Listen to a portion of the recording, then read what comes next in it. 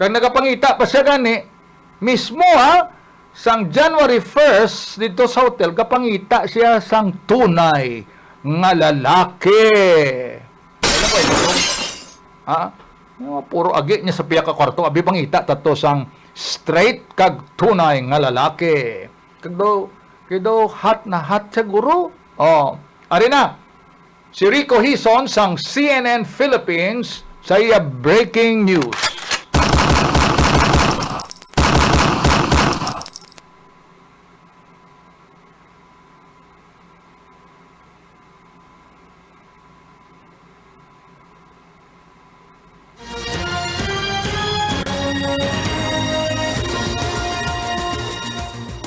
Good evening, everyone. I'm Rico Hizon. We interrupt regular programming on CNN Philippines to bring you this breaking news. Health officials have confirmed the COVID-19 variant is now here in the country. The variant is the same as that was first discovered in the United Kingdom. Well, experts say this is possibly more infectious than the previous variants. The country has restricted basically travel to 33 territories over the threat of this new variant. However, this will only apply until Friday, the 15th of January. CNN Philippines is reaching out to the Health Department and the Genome Center, but they have yet to respond about this new variant from the UK entering the Philippines. The Department of Health will discuss this new development tomorrow morning at 10 and will bring you this press conference of the DOH live. And we'll have more details for you on this story at the top of the hour at 9 in the evening on The Final Word. Thank you so much for joining us for this breaking news on CNN Philippines. I'm Rico Hizon. News you can use. News you can trust.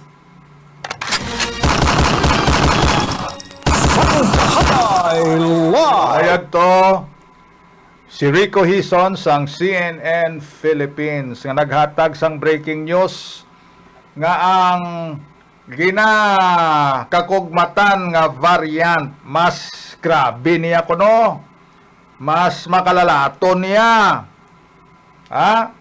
Ining bag-o nga variant sang COVID, coronavirus nga halin sa United Kingdom. 33 na ka mga pungsod ang ginban nga hindi sila makasulod. Di paano yan nakasulod ini sa Pilipinas? Balanta na karon sa gabi o buwas. Kaya subong pala nga adlaw ma-press conference ang Department of Health. Di na naghalin man. Tuod gid bala nga mas makalalato ni. Basi kon pahug-pahug ba lang ni kay kabalo ka naman, ang iba nagasuspitsa nga, ay, kwarta na naman, budget na naman.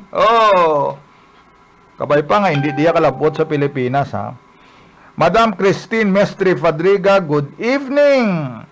Franklin Y. Villanueva, puwerte ni si Madam Christine, from California, with love. Kaya abangan na, batayan ta ang development sa sining bag-o nga flash report nga bag-o nga UK variant nga nagsiling ari na kuno sa Pilipinas. Sa nagligad to, may taga Pilipinas nga nagkadto sa Hong Kong. Halin siya sa Pilipinas, negative. Pag abot niya sa Hong Kong, positive. Positive siya. Sining bag-o nga strain nga kuno naghalin sa United Kingdom. Di niya nakuha. Wala pa mabalaan. Saylo kita sa update sa kay Christine Dacera. Siling naton, dangdamlag pa, ang Deputy Director sa National Bureau of Investigation, Ferdinand Lavin. Kaagi na NBI Bacolod Chief Dri gid sa Bacolod. Amo nagkilalahi kami. Nagpabutyag na, nagpahayag na sa atubang sang mga media, and here is that report.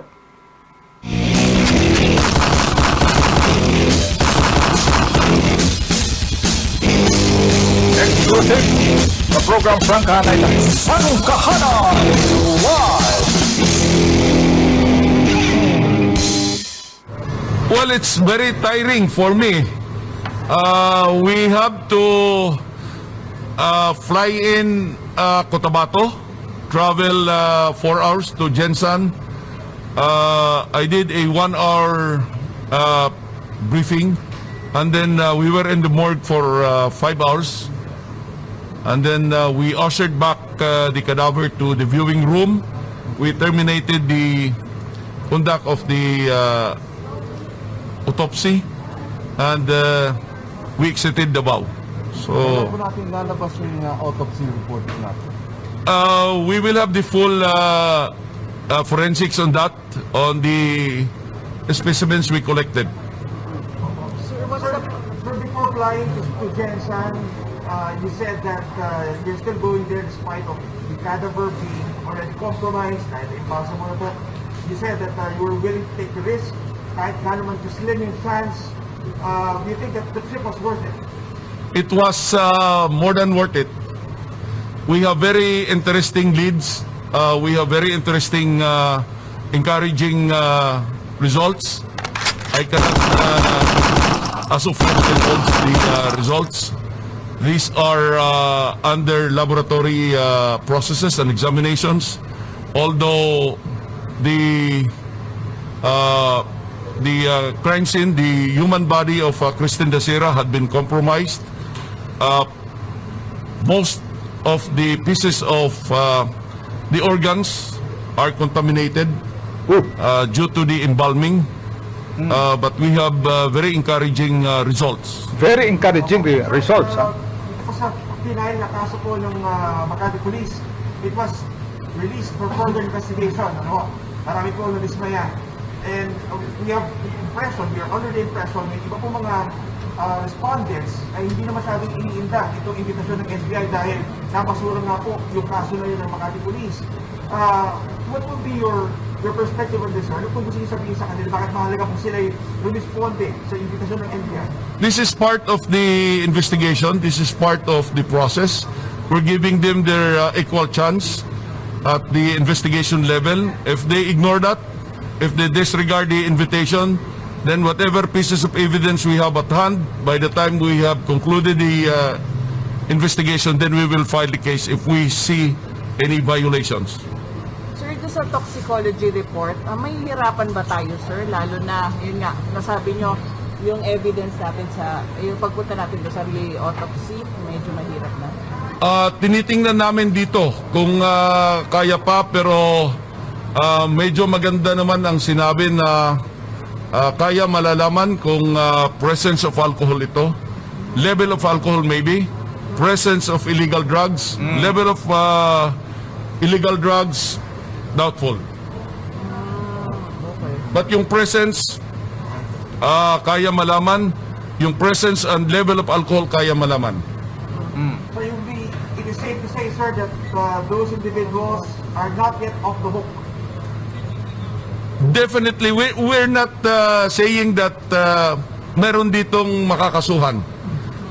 It's too presumptuous to say. It's too early to say. Ang sa amin dito, ano ba talaga totoo?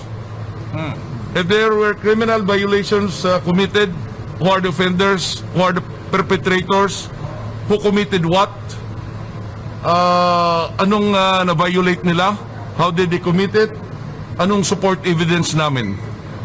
Scientific evidence, forensic evidence, ibabangga namin doon sa ibang pieces of evidence. Eyewitness account kung merong testimonial evidence ito. Sir, yung 2207 po, ipapasabnila sa PINA renew po ba? Lahat. Lahat.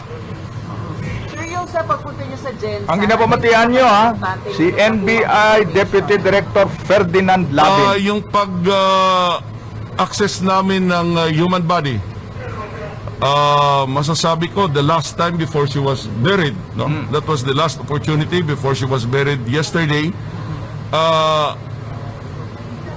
Tiningnan namin lahat against all odds. They said that it has already deteriorated. There was rapid decay in some of the pieces of evidence. there was contamination considering the embalming procedures done on her, compromised pieces of evidence. We acknowledge that. But despite all the odds, may mga encouraging leads kami. Like, ilang percent, sir, doon sa investigation makakatulong yung nakuha nyo sa Gensan? 20% o malaki bang percent? Sa investigation, Opo. I would say around 80% Wow. makakatulong ito sa investigation. Oh, Despite all the odds, we're doing everything nakakayanin ng ating forensic laboratories. Sir, SOJ described PNP's investigation as not thorough. So how will you describe NBI's investigation? Well, professional, we without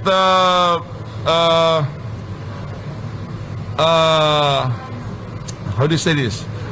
Without commenting on the other investigations, our investigation is going to be very legal. It's going to be very thorough. This is forensic based. This is evidence based. So we will have scientific pieces of evidence. It will be backed up by CCTV, digital pieces of evidence, electronic pieces of evidence. It will be backed up by hopefully testimonial evidence. We have also some psychological assessment going into the full range of forensic capabilities. Sir, may nakita kayong suka doon sa crime scene before. Is it essential na or wala, meron pa bang mabibigat doon? It's still being processed sa laboratory. We are doing test runs. We are doing primary screenings, but everything is subject to confirmatory tests. Sa lahat ng nakuha nyo ebidensya, anong pinaka-useful po? I mean, pinaka-essential doon sa nakuha nyo? Significant? I cannot say for now, but I rest assured the public that we have very encouraging leads. We have very encouraging pieces of evidence. Believe me, makikita dito kung may lapses doon sa una. Anong lead po yun, attorney? Maaring may crime? Paano po? Anong lead? Sinasabi niyo? Meron. Maaring may crime. That's what I'm saying. That's about 80% of that piece of evidence that we have. Again, this is subject to confirmatory, but I was just told medyo maganda ang development. Maaring may crime, may aring homicide? May crime. May crime. Let's leave it at that. May crime dito. Maaari ba rin sabihin na yung inyong findings, maaring supports doon sa sinampa ng PNP na kaso? That's too premature. That's too early to tell. So, sinasabi nyo maaring may crime because of dun sa re-autopsy. Doon ang nag-ibase o sa mga evidence sa crime scene? The human body itself is a crime scene. The rooms we inspected, the 3 rooms we inspected, where we conducted the crime scene investigation, rooms 2209, 2207, and 2009 at the hotel in Along Kalayaan Avenue, that these are crime scenes. But the human body itself is a crime scene. So, in all of the crime scenes, yes, merong magandang leads. Okay, so combined, attorney, combined lahat. Yes. Combined ito. Lahat ito, efforts ito ng buong bureau. The good director, Eric Distor, nakafocus siya dito. The good secretary, Secretary Minari Guevara, nakafocus siya dito. Yung sinasabi yung lead na at saka krimen po to, meron po ba tinuturo na possible na ilan ang involved dito? Kung krimen po siya? We cannot say for now. But there are good indications na merong krimen na nangyari. Pwede pong isa lang gumawa o maraming gumawa? Could be. Pwedeng isa, pwedeng more than one.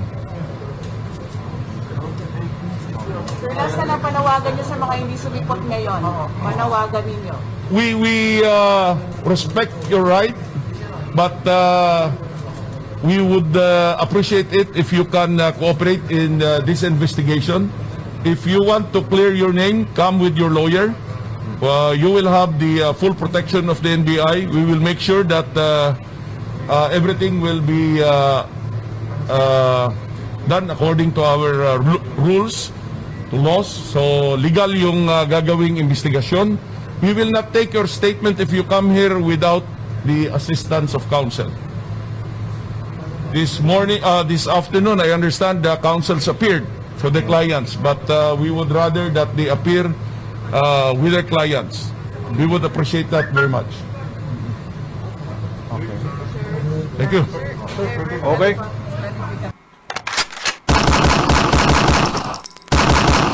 There you have it, mga kauturan, the Deputy Director sang NBI National, Attorney Ferdinand Lavin. Suno sa inyo nabatian, siling ni Attorney Lavin, mga 80% maayo nga balita. Ano nga maayo nga balita? Maayo nga balita kag siling niya. Klaro ha? May krimen nga natabo. Ti kung ikumparar mo to siya sa unang findings, basihan ta ang autopsy report, medical legal, sang pulis, nagasiling wala sang foul play.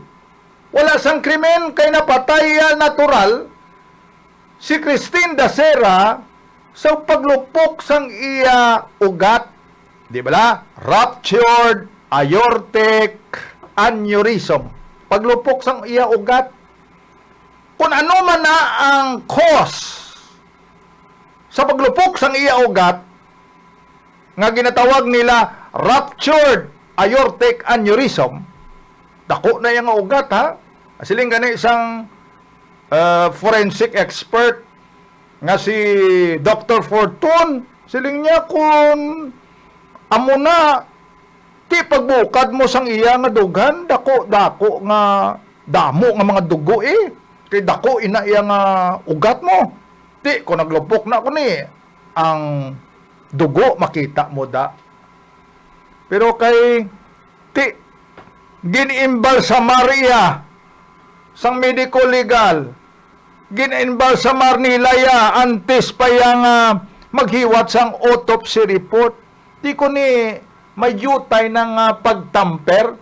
Di bala mag-imbal sa marka, gina-injeksyonan mo da siya, ginakuha mo tinaiya, gina-injeksyonan mo da sa formalin para ma-preserve ang bangkay.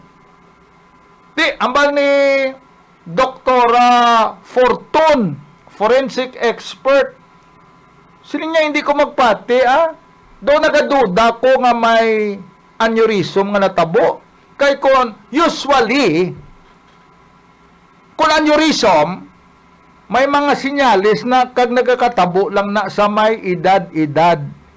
Iniya si Christine Dacera, 23 anyos, hubin pa kayo. Kagita mo man nga grabe ang requirements dira, especially kung may diferensya ka sa lawas, bisan sa ngipon gani. Sa ngipon, sa mata, sa palamatinan. Ilabi na gid kung may diferensya ka physical, hindi ka pwede mabaton bilang flight stewardess. But silingon, suno sa expert, kinanglan maayo gid ang kondisyon sang lawas mo. Ti gaduda siya, paano nga mag-aneurysm ini si Christine Dacera kay hubin pa? Isay na. Ginatan-out tati, hindi mata expert, hindi mata surgeon, hindi mata doktor. Pero ining pahayag nga inyo nabatian halin sa kay Attorney Lavin sang NBI, very encouraging. Miskan siya, nagasiling niya, happy sila kay 80% may mga development forensic niya. Kay nag-autopsy ang NBI, liwat mo, antes ini siya ginlubong. Sa ila autopsy, pati to ang crime scene, 3 gali ka kwarto, abi ko 2 lang. Abi ko duwa lang, pero mention niya 3 ka kwarto eh. Pati ang mga tao, ang mga ngalan sang tao, ang mga suspects sa sining 3 ka kwarto, nakuha na sang NBI. Pero ang kalabanan sini wala pa magpakita, wala pa nakapakita, wala pa mag-surrender voluntarily. Amo nang gani nga gina-encourage siya, mag-surrender na kamo, upod ang inyo abogado kung inosente kamo. Oh. Ti, why? Ambot ko na nung ti, siguro, kordam guro ang mga agi eh. Diyos guro eh. Di, pero hindi ka pag nervyoson kung may warrant of arrest na, kung may subpina na, may manhunt operation na karon ang pulis. Kay kapanago kamo, pero identified na kamo. Amo na ang balantayan ta. So, we will know the development, kag update, pero klaro na, sa tono, sa pahayag ni Attorney Laben, sang NBI, daw hindi natural nga pagkamatay ni Christine Dacera, kundi may krimen nga natabo. Ano ang butsilingon sa may krimen nga natabo? Ginlugos bala siya? Ginlapastangan bala siya? Gin sexual harassment bala siya? Amo to bala? Ang mga bagras, mga hanog, mga kontusyon sa iya mga paabla to. Tikon, ay, isa pa, kung nakadroga sila. Way labot sang sari-sari nga ilimnon, ha? Kung may party drugs sila nga natik, tunduman nyo, reklamo ni Christine Dacera, siling niya, sang donglay to siya bla, gasandig siya sa upod niya, nalipat lang ko sa ngalan sa upod niya, siling niya, daw, lain ang pamatya ko, daw, may ginbutang drug sa akon nga ilimnon haw. Amo na nga nagwa ginmensyonarya gini ang ngalan ni Mark. A certain Mark. Ti ano na makita ina sa forensic sa toxicology nga report sa bangkay ni Christine Dacera.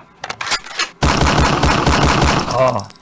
Yung kanay nila, Art Santillan Sarita, Sir good noon, nagapamati gid ako sa Frankahanay live, isa man ako sa ginpahalin sang Balyakar Transit ay abaw, manog isa na katuig, okay lang basi pa man ang magbaliskat ang paya, maurot gid sila, salamat Sir Frank. Pangamuyo lang, Madam Christine Mestre Fadrega, John Junto, Sir Frank, ang pasahero halin sa United Arab of Emirates, papuli sa Pilipinas, amo na nga kastrikto sa United Arab of Emirates, madala iya papuli sa Pilipinas ang bag-o nga COVID. Gani, ti sa airport pa lang, balaan mo nga ang pasahero halin sa iban nga pungsod ko ni aligmat kid kamo. Joseph Martin Yulo, thank you for watching. Please like and share. Erwin Garcia, good PM Sir Frank, monitor subong kami diri sa Villamonte, more power. Si Romel Galido, ay isa sa mga upod ni Christine Dacera, atong bala Tagantike, pero sa Iloilo sa bala dako. Tanawon ta, may report tag may pahayag man ni sila, may reklamo gani sila kung anong ila reklamo, ano kuno suno sakay Galido daw ginapahog sila sang pulis, ginapahog sila kuno sang pulis nga maghimo sang statement. Amo niya hambal ni Galido, isa sang mga ginapamangkot sang mga otoridad sa pagpatay kay Christine Dacera, pilit kuno ginapilit kuno sila nga mag sugid Kag tudlo ining si Mark nga posible amo nagbutang sang drugs sa ilimnon ni Christine Dacera. Grabe kuno nga intimidasyon. Ang ila ginatubang kay ang mga pulis kuno nagapamilit gid. Gapamilit gid kuno ang mga pulis. One of the respondents sa sining nga kaso, sang Miyerkules nagsiling ginapuwersa sila sang pulis nga magbutig. Uy, kag akusahan ang sinomanda nga upod nila, nga nagbutang kuno sang drug sa ilim nun ni Christine Dacera. Si Romel Galido, sing damlag pa nagsiling nga si Dacera nagpabalo sa iya. Siya gali, nga a certain Mark Rosales, upod man nila, nagbutang sang bagay sa iya ilimnon nga naglain ang iya pamatsyag. Sa press conference nga himo ni Galido, nagsiling siya nga he was forced by police nga hingadlan kag itudlo si Rosales. Pino-force kami na dapat magsabi, magturo kami ng someone kapalit ng kalayaan namin. Siyempre, wala akong alam kung anong dapat gawin. Uy, naggagamo ng akon utok. Any options i-grab ko para matapos na ito. Kasi ayaw ko na. Kapoy na gid ako. Kapoy ng lawas ko. Ang ambal ko, si Mark, yung nasabi ko, which is hindi naman dapat talaga, kasi wala namang sinabi si Christine na Mark. Nadumduman ko gid nagambal gid si Christine Pero yan ang ginapilit. Okay? Ano naman niya ang side sang familia Dacera? Dumduman nyo nga ang ila spokesperson, si Attorney Brick Reyes, taga Bacolod. Ariso, si Attorney Brick Reyes, spokesperson sang familia Dacera. No? Si Brick Reyes, pamatayan ta ang spokesperson sang familia Dacera. Anong masiling ni Attorney Brick Reyes, spokesperson? We believe that Dr. Sarmiento was influenced to do this. But, as I said, we're not judging him because, siyempre, it's unfair to judge him based on a suspicion. Paano yun, attorney? Kasi yung plano nyo na i-autopsy. Yes, no, we have already, and we are ongoing with the second autopsy, which we hope will clarify matters a little bit. Kasi na-embalm na yung body. So, yung second autopsy, restricted din yung kanilang ma-examine. And even these findings of aortic aneurysm, maraming nagsasabi nga that usually happens to older people who have an accumulation of cholesterol, have high blood pressure, or those kind of things, which Christine, flight stewardess, age 23, Miss Davao, did not show any manifestations. So, we disagree totally with the findings of Dr. Sarmiento. That's why we are asking for a second autopsy. Ongoing, attorney, or Ongoing. request pa lang? Ongoing. It's going to be finished by next week, hopefully before the hearing on January 13. Paano yung result nun, attorney? Kasi 14 na ta? Ma-apektuhan yun. Yung talagang full, kasi nalinis na Paano po yun? Alam mo, baka may naiwan pa din counting the droga You know, we support the President's anti-drug campaign, and we believe that this drug may manifest itself in the other organs. Baka may recover tayo. Dahil sa naniniwala kami, nga itong ecstasy, getting out of control And your sister, my daughter, the women of the Philippines could be victimized by this drug if we don't control it. And so we hope that even as an offshoot of the case of Christine, we will be able to clamp down on these criminals who are selling and distributing ecstasy and similar drugs. What's our plan? Dr. Sarmiento, sir. Dr. Sarmiento, we filed an administrative complaint already to relieve him of his job as a medical legal examiner. I think that is in process. Now the next is we want to file a complaint with the PRC that is for his license as a doctor for prejudicing our case by virtue of his negligence. Thereafter, we could also file a complaint for damages for what he has done.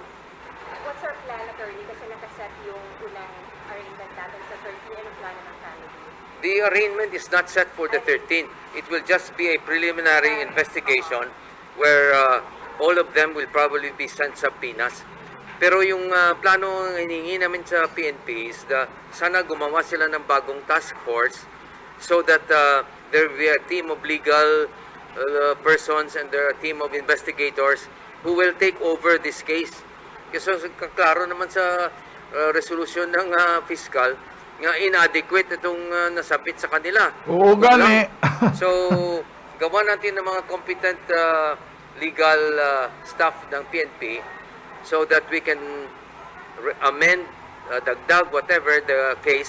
We have other additional witnesses whom we believe will help establish that there has been really foul play.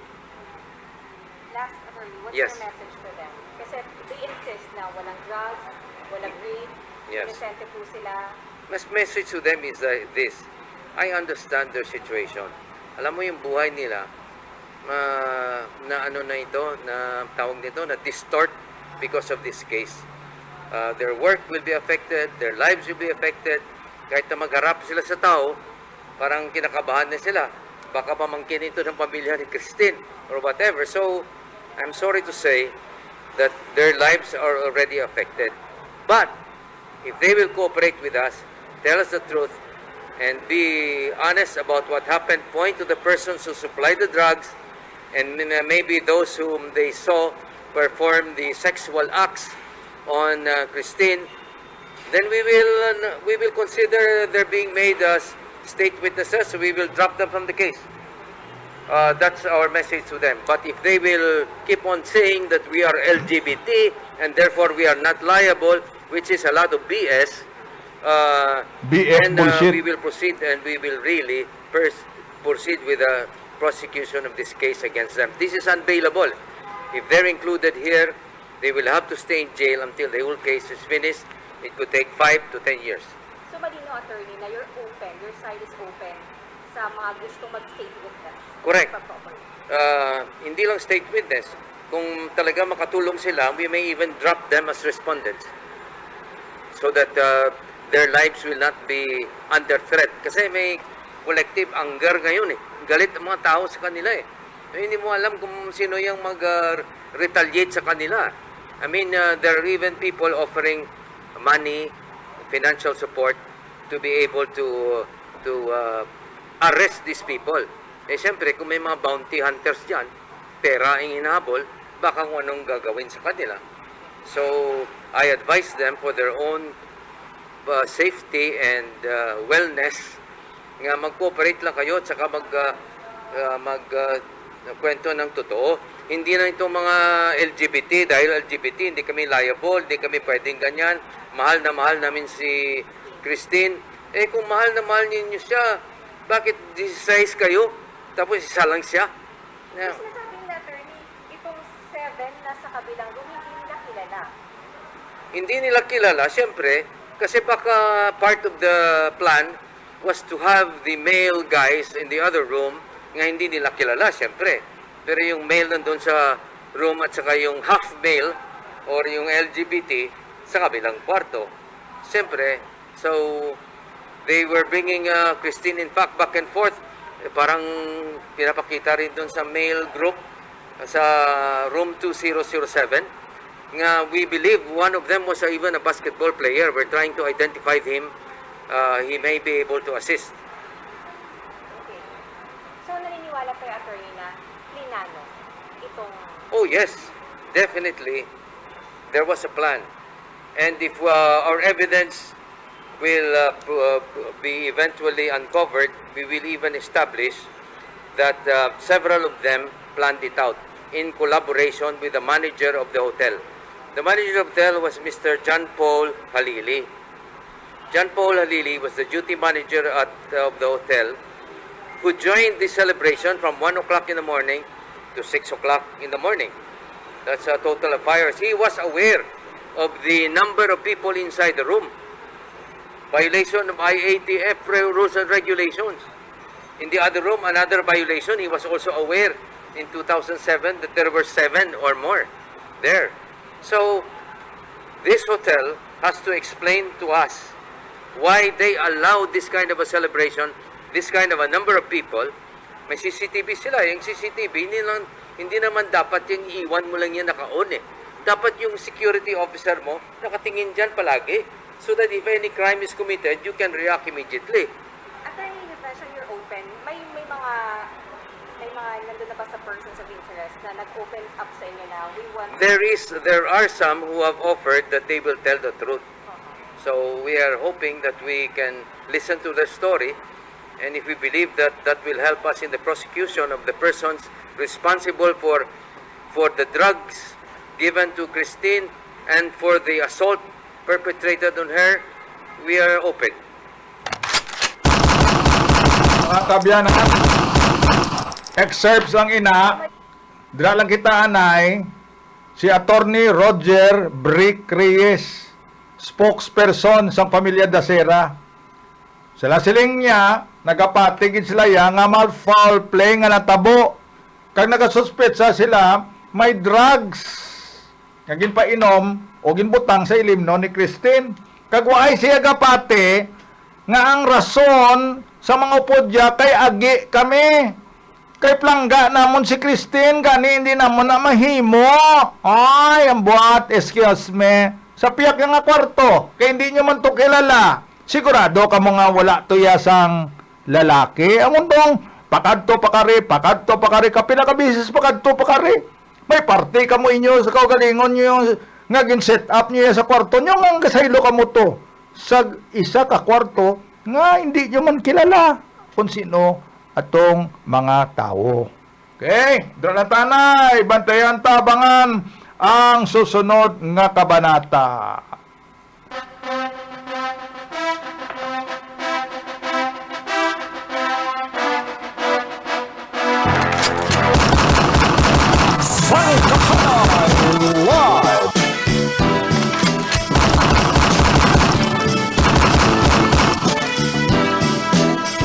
Frankahanay live.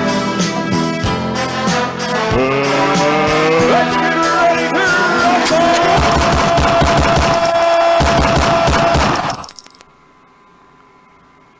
Maria Siguencia, good PM idol, late gid ko, bago lang ko kabugta, watching from Binalbagan City. Thank you. Sa aton nga advokasya, the series issue, the intra-family dispute, ang sigalot sang Familia Yanson. Inahatag nato ng update, development, adlaw-adlaw. Nakasentro karon ang aton nga topiko sa kay Jeanette Yanson Dumangkas. Isa sang mga utod sang Y4 nga karon ginatudlo amo ang responsable sa sining sigalot. Pero sa piyang kabahin, nagapakuno-kuno man kuno. Si Jeanette, ay san upan ni matapos man. Ginpost siya pa sa iya nga Facebook account, sa iya New Year's resolution. Kabay nga matapos na niyang pandemic, kagkabay pa san uni matapos ang amon problema sa pamilya. Ha? Kapoy na kuno. Ha? Kapoy na kuno ang ila iloy, si Obiway. Kag Sa nagligad nga tuig, kon aton balikan, nagpapreskon ini si GYD. Ginsugoy ako no, ang yamanghod. Si Leo Rianson, si LRY, sang Y2.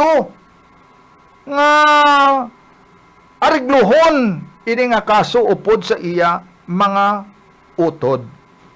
Pero kung tanawon mo mga kauturan, kag pamatian, kag obserbaran ang nagakatabo,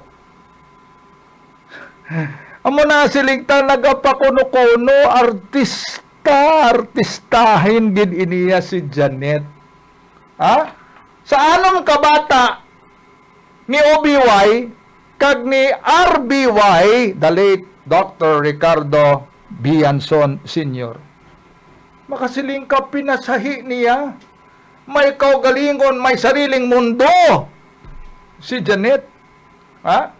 Number 1, siya lang sa anom ka mga mag-ulutod, siya lang ya ang may criminal record.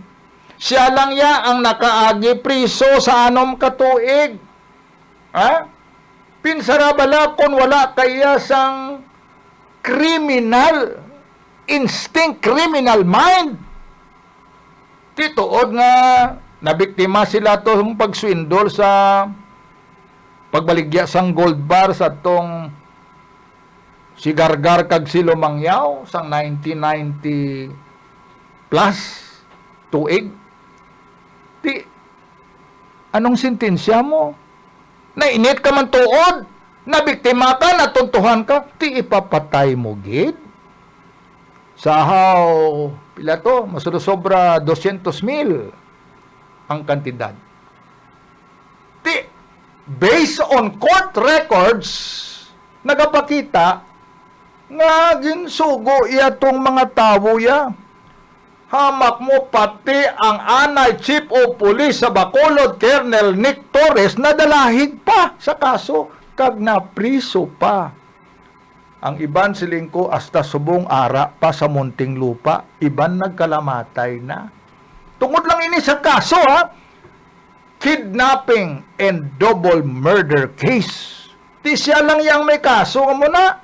Ti basulon mo utod mo may kaso kaya mo na. Ug ginsugo ka sa mga utod mo nga ipapatay itong duwa. Oh.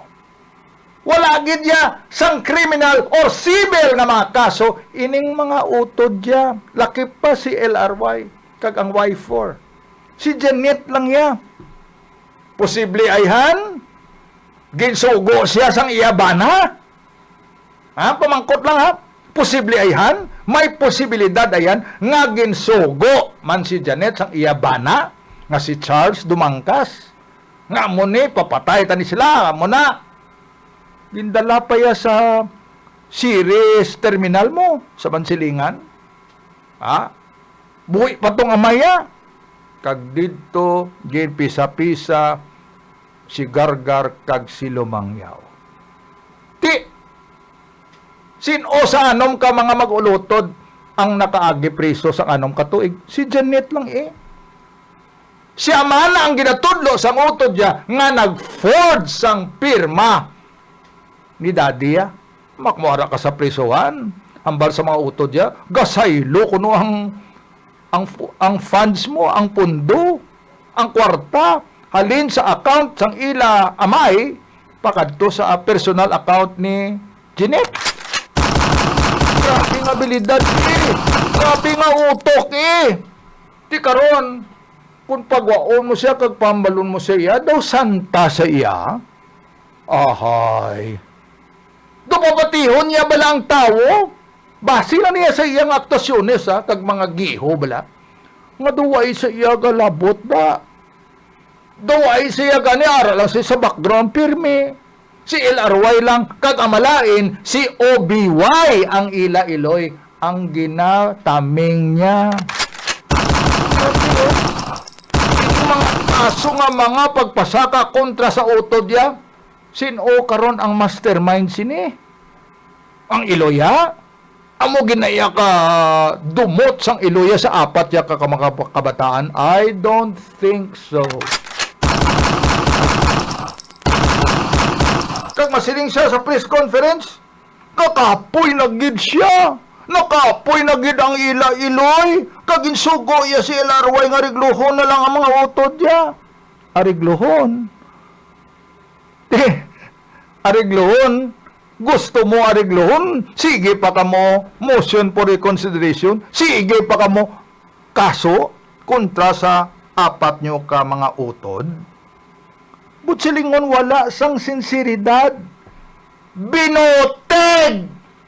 Ining ginapakita kag ginahambal kag pamangkot ni GYD kung saan o bala matapos ini. Baw, pamangkot ang buli mo! Oh, kung saan o matapos. Ha? Pamangkot ang! Siya man ang sa anong sila nga mag-ulutod kundi si manang niya magulang niya si Emily mo si First Lady Emily Yanson kundi nag shareholders agreement na ato balang pinakita naton sang nagligan nga tuig balang nga mga pictures nga malipayon sila tanan nga nagapirma tiyamak mo ang balon niya nga si manang niya First Lady Emily, wala kuno sang shares, ya. Kag ang may shares, ya, si Obiway, ay nano. Kung makita mo gid nga may dumot siya sa mga utod niya, ilabi na gid sa kay manang ya Emily. Ha? Hamanon mo utod mo nga wala siya shares, di nagkadto shares siya. Hindi siya bata legal, hindi siya ninyo utod, kay buhi pa ang inyo amay, ginpamartida ini upod sa inyo iloy. Sa anom ya kakabataan, ti kun wala to yan na partidahan si Emily, titani, 5 lang kamo. Uy, ano niya bata sa ruwas siya si First Lady Emily? Ha? Nga kakontra yagid ya sa kay Emily, tungod nga mas gwapa si Emily? Diri pa lang, makitaan mo lang, bisan diri pa lang. O, are, support si Nada. Kung nagsilin ang iloy, mismo ang iloy, ha? Ang nagduso, matapos na ang problema na dito sa to, ipang-uli na ang shares ni Emily. Amo ni ay, sa mga wala bala kabalo, for the information of our dear listeners. Si Emily, sang una, may problema sa iya kasal. Kag gingihoy ini ang ginatawag annulment. Mabulag siya sa iya bana nga una. Tiko mo may mga paladoblion, may mga propiedad, may manggad, may shares siya sa ila kompanya. Hindi sa gusto nga pati ang iyayap shares nga ginhatag sang ila amay madala man kuni conjugal property kung magsiparar ka mo sang imo bana ang mga tanan nga napundar sa inyo nga tinion nga nag-upod na kamo tunga mo gani conjugal ti wala to ya gin include ni Emily. Anong ginimo ya? Gin park ya, gin tago ya ang iyang shares of stocks nga ginpanubli sa ila amay kag sa kompanya sa iya mga utod. Ha? Si Emily yang iya zero sa tuod at that time. Pero sang natapos na ang kaso nga annulment kag libre na si Emily. Abi single na siya abiliwat. Sa ilang tinalikdan nga pag to bangay, nagsiling si Obiway ila iloy, iuli na ang shares ni Emily. Makita ko nga, waya siling nga pagdumot gidya ang ila iloy, kagti si ang iloy gani ang nag-move nga iuli na ang shares ni Emily. Minilyon ang gastuhon sa pag-uli. Siling pasang iloy, kompanya ang magasto sa pag-uli sang ila nga shares.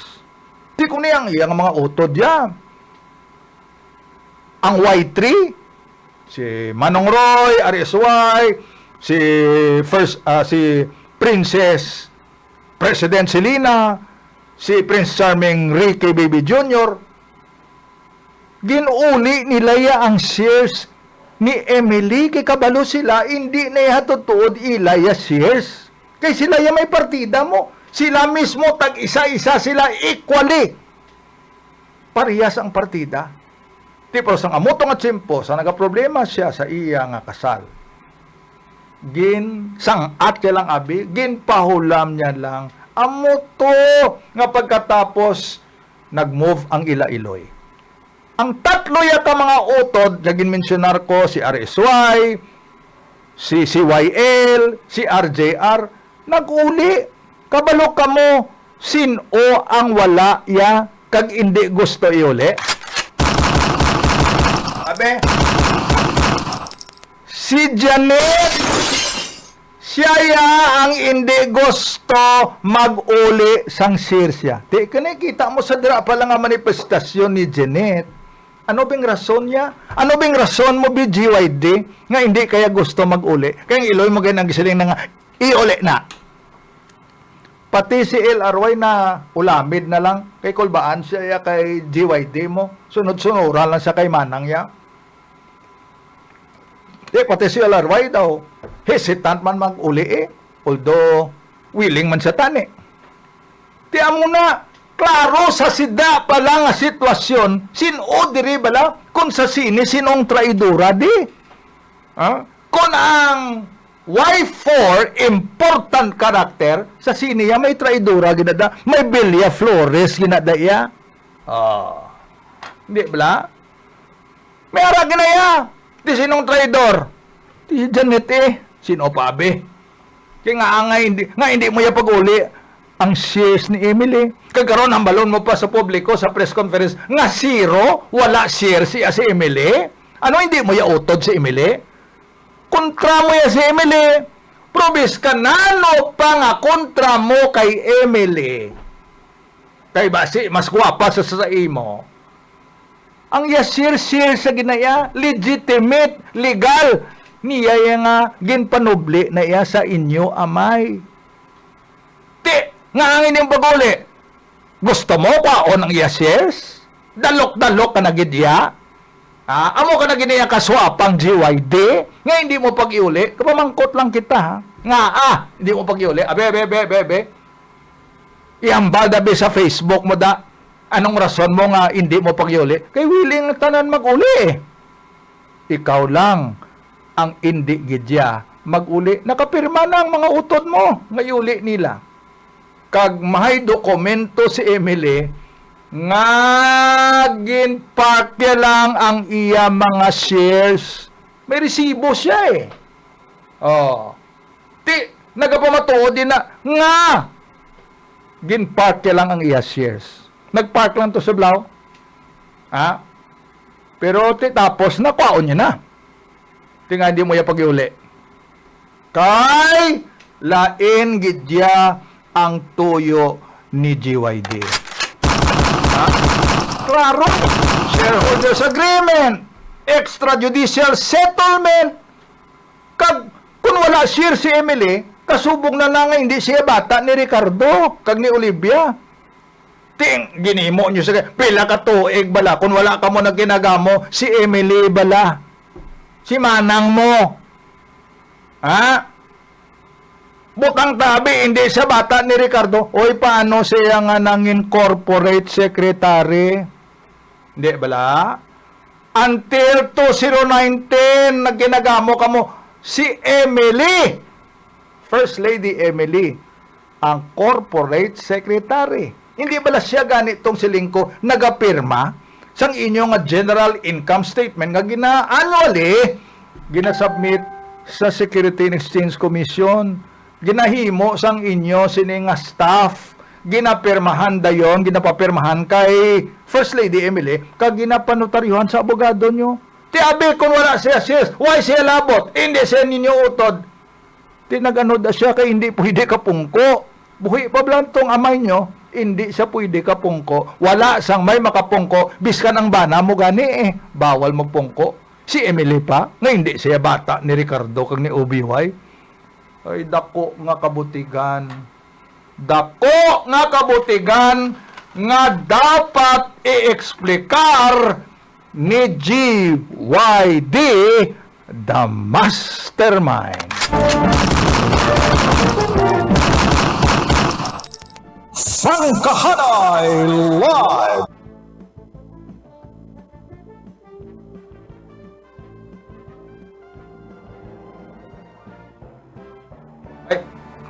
In behalf sa aton sini technical partners, Engineer Nonong de los Reyes, Engineer Ray Ekang, Chief Engineer Glaze Takang, kag aton sa admin, Madam Leda Kilantang, OIC Station Manager Sir Bong Tan. Ang inyo alagad sa palatuntunan, Frankahanay Live, Mr. F. Franklin. Y, ambot ko na ano ng Y Villanueva. Thank you for watching. Until tomorrow, stay safe. Have a nice day.